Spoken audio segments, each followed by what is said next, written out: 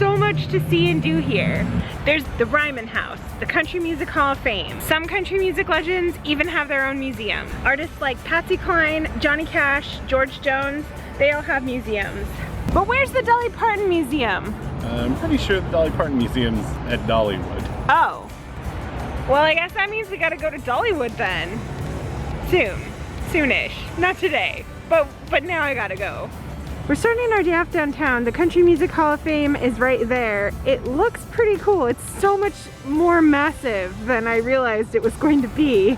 But just across the street here is the Walk of Fame Park. We've already seen some pretty cool people on here.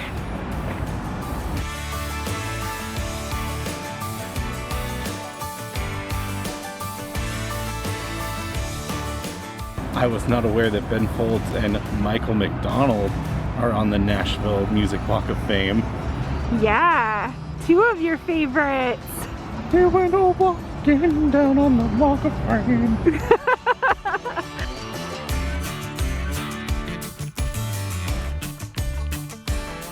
Heck yeah. Jeremy just randomly spotted a Michael McDonald thing on this power box, and I'm impressed with his vision. Do you only have eyes for Michael McDonald? No. I kind of like you too. Okay.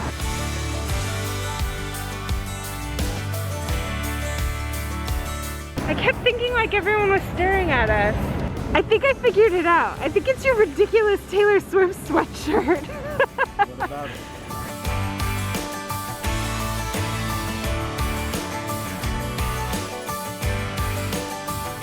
The view up here is absolutely beautiful. And that's just one side of the bridge.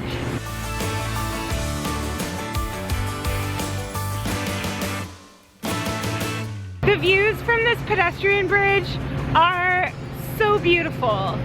The weather has been overcast to rainy most of the morning here.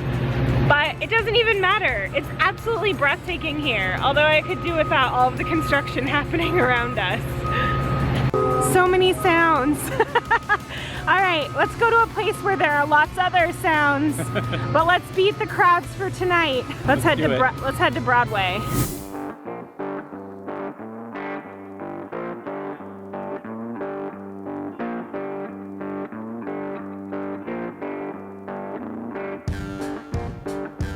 Oh, they're from the CMAs! They're from the CMAs! I want to take one, but that's probably not a very good thing, huh?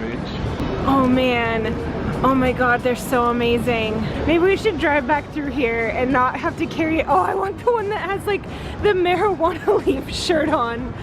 Oh man. I want to know what that guy's about. I mean, I already know. Oh. He's about being pretty cool is what he's about. Whoa, he is cool. I want that one. Can we take that one? Maybe? We'll think about it. This is the Ryman, and these are like the bars on Broadway. Actually, back entrances. Yeah, that's so cool. This is a freaking awesome building. It's a beautiful building. Not only is the Ryman Auditorium a beautiful piece of architecture, but it has a really neat history too. So this was the original home of the Grand Ole Opry show until the mid-70s. And Johnny Cash recorded most of the episodes of his variety show here as well. Okay, that's what it was. I knew it had a Johnny Cash connection. I mean, I think everything here does, but this one had an important one.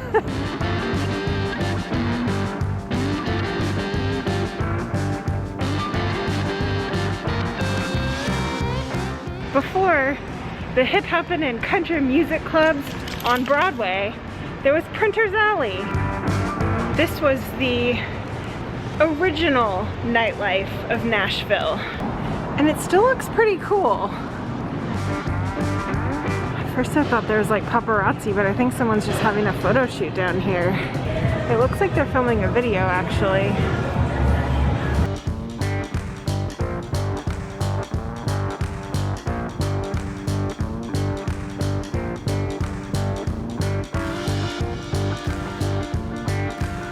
Maybe it's just me, but Printer's Alley seems like way more my kind of place than Broadway does. Yeah. Agreed.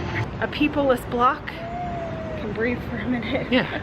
So far though, I am loving Nashville. Yeah, I would like to come back again when we don't have the dog and we don't have to wear a mask everywhere. Yeah, I think even if we didn't have the dog with us, I am not quite ready to go to bars yet, but when I'm feeling comfortable to go to bars, this is definitely a place I want to come hang out at bars. This is our $5 parking place that we found on Parkwiz. Thanks, Parkwiz! Hashtag not sponsored. On to the next place. We are taking a journey outside of town to Hendersonville Memory Gardens and Funeral Home. And while there are a lot of famous country musicians buried in and around the Nashville area, we had to compare respects to the original Man in Black, Johnny Cash, and June Carter Cash. They're buried here at Hendersonville Memory Gardens. It's beautiful. There are other Cashes and Carters buried all around them, including Mother Maybelle Carter, the First Lady of country music. It's also interesting, just next to the Carter and Cash families is Merle Kilgore. And in addition to being a country music singer and songwriter himself, he was also Hank Williams Jr.'s manager when he passed away. Oh, interesting. He co-wrote Ring of Fire. Must be pretty good friends with Johnny Cash if he's buried next to him.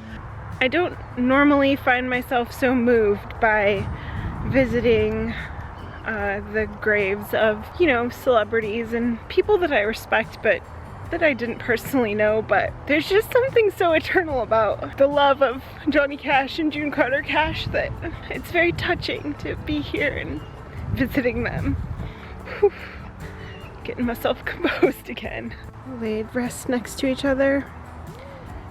Their love is truly eternal. One of Johnny Cash's band members is also buried here. Tennessee 3, the guitar player Luther Perkins. June Carter Cash and Johnny Cash actually lived not too far from here, so I think we are also going to go check out their property while we're in the area. This is the location of Johnny Cash and June Carter Cash's house. Sadly, it burned down in 2007. Did you know that Barry Gibb was actually the owner of the house at the time that it burned down?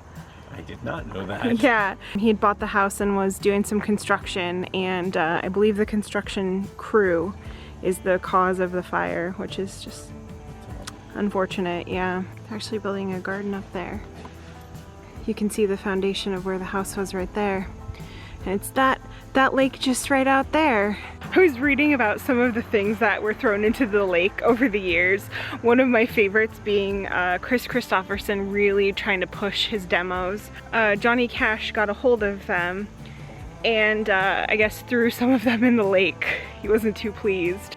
And that was before Chris Christopherson landed a helicopter on the lawn and played him Sunday Morning Coming Down. I feel like there's so much cool history here. Like, yeah, could you imagine?